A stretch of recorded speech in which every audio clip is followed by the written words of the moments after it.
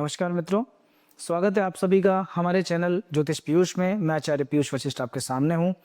एक बार फिर से कन्या राशि वाले जातकों के लिए साप्ताहिक राशिफल हम लेकर आए हैं। तो आइए देखते हैं 23 से 29 तारीख का समय आपका कैसा जाने वाला है। कन्या राशि को वर्तमान में शनि का कंटक चल रहा है। बहुत ही सावधानी के साथ आपको समय बिताना है, वरना जैसे कांटा पाँव में लग जाता है, चलना मुश्किल हो जाता है, ठीक उसी तरह से थोड़ा थोड़ा सा भी कोई गलत डिसीजन आपके लिए खराब हो सकता है। कोई एक ऐसी चीज हो सकती है जो आपको बहुत परेशान करे। तो थोड़ा संभल संभल के समय अपना निकालिएगा। कंटक के समय को बहुत सावधानी के साथ आपको निकालना है। तो आइए देखते हैं बाकी ग्रह क्या कहते हैं। बृहस्पति देवता दशम भाव में विराजमान है। दशम भाव में स्थित बृहस्पति का चतुर्थ भाव पे दृष्टि संबंध बहुत ही अच्छा होता है। अगर बहुत दिनों से आपके मन में कोई जमीन, मकान, प्रॉपर्टी या व्हीकल लेने का प्लान बन रहा है, तो ये आने वाला 1 साल का समय आपकी इच्छा पूरी कर सकता है।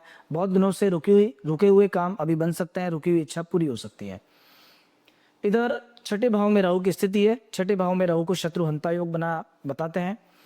अगर आप किसी कोर्ट कचहरी के मामले से परेशान है, किसी शत्रु ने आपको परेशान किया हुआ है, या कहीं से कोई बीमारी आपको परेशान कर रही है, लंबे समय से बीमारी चल रही है, इस आने वाले 18 महीने के समय में आपको उससे रिलीफ मिलने का समय रहेगा। आपको उससे राहत प्राप्त होगी। हालांकि 12वें घर में स्थित केतु मंगल के प्रभाव से थोड़े से खर्चे बढ़े रहेंगे, हाथ टाइट रहेगा, पैसा आएगा लेकिन पता नहीं कहाँ जाएगा। तो थोड़ा सा सावधानी बरतिएगा, ध्यान रखिएगा। अब देखते हैं आने वाला समय, ये 1 सप्ताह आपके लिए कैसा जाने वाला है। तो देखिए, सबसे पहले मैं आपको बता दूं कि ये राशिफल आपकी चंद्र राशि पर आधारित है। आपकी चंद्र राशि से तात्पर्य आपकी जन्म पत्रिका में चंद्रमा जिस राशि में स्थित है वही आपकी चंद्र राशि है।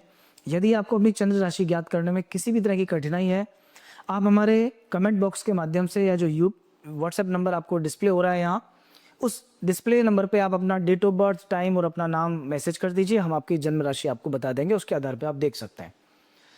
तो आइए शुरू करते हैं। सबसे पहले सप्ताह की जो शुरुआत है, सप्ताह की शुरुआत में 23 और 24 तारीख के दिन भाग्य भवन में चंद्रमा उच्च राशि में विराजमान है, जिसका सीधा सा अर्थ है ये 2 दिन आपके भाग्य के दिन है, ये 2 दिन आपके खुद के दिन है। किसी भी कार्य में आपको भाग्य का सपोर्ट पूरा मिलेगा।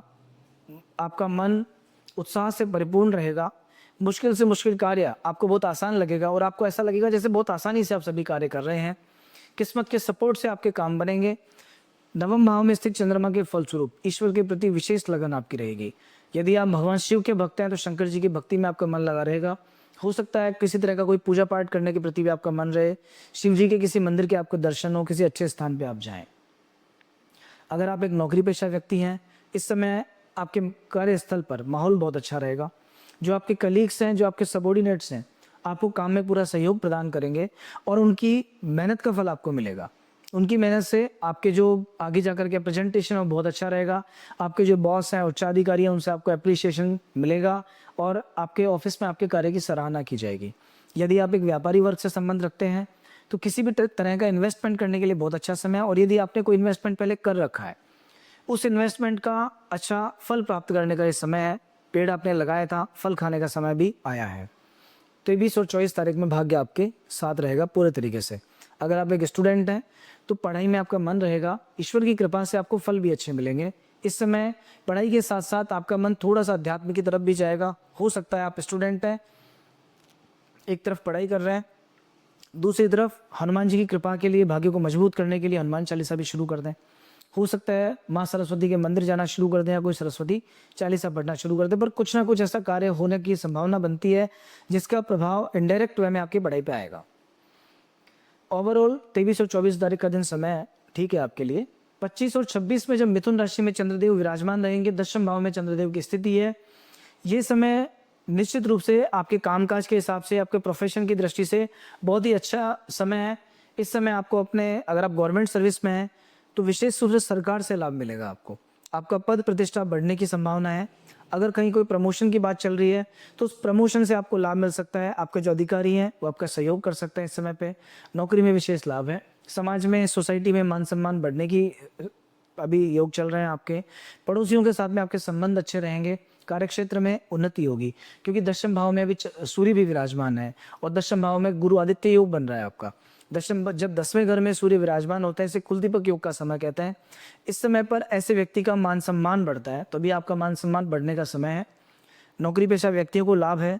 व्यापारी वर्ग को इस समय बहुत अच्छा समय चल रहा है। व्यापार से अच्छे रिजल्ट्स देखने को मिलेंगे। नई नई चीजें होंगी इस समय पर। अगर आप एक स्टूडेंट है, पढ़ाई में आपका मन लगा रहेगा, पूरा सहयोग आपको मिलेगा। लेकिन एक छोटा सा इस जगह क्योंकि ये अमावस्या का दिन है, तो अगर आपकी जन्म पत्रिका में अगर आपकी खुद की कुंडली में चंद्रमा वीक है या कोई नेत्र रोग से संबंधित कोई कष्ट बनता है, द्वादश भाव में सूर्य स्थित है या चंद्रदेव अष्टम भाव में विराजमान है, तो ऐसे लोगों को आंखों की समस्या रहने का डर होता है, अनिद्रा, स्ट्रेस, ये सब कुछ होता है। तो ये दिन थोड़े से आपको शांति से निकालने पड़ेंगे, वरना वो जो प्रॉब्लम आपकी कुंडली में लिखी है वो प्रॉब्लम इस समय थोड़ा सा बढ़ सकती है। ओवरऑल 25-26 तारीख का समय सभी तरह के लोगों के लिए अच्छा जाने वाला है।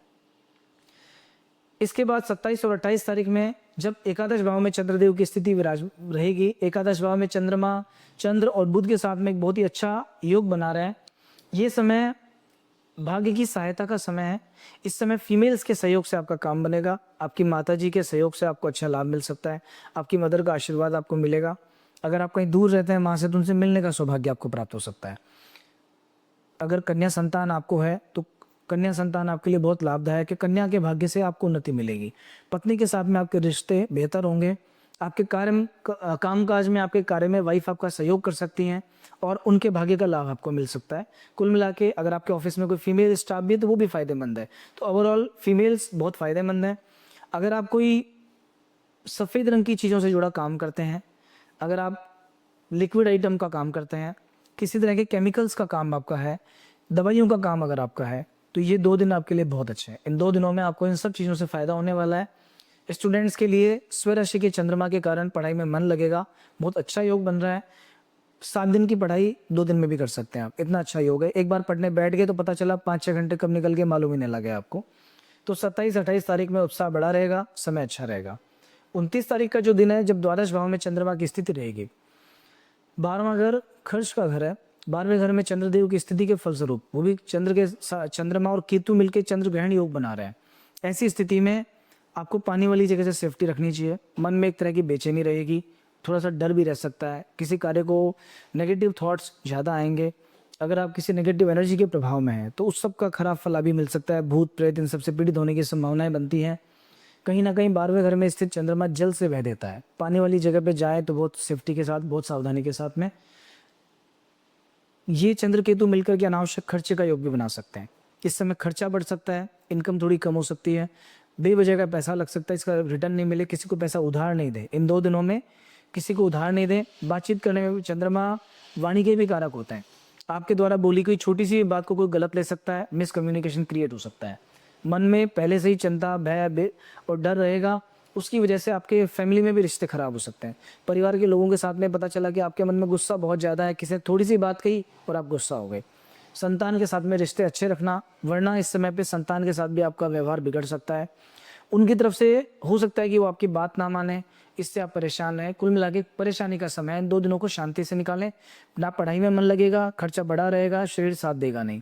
भगवान का नाम लेके जो उपाय मैं बता रहा हूँ, उपाय करके आप इस समय को निकालें। तो यदि हो सकता है तो देखिए, ये जो सप्ताह का 29 तारीख का जो दिन है विशेष खराब है।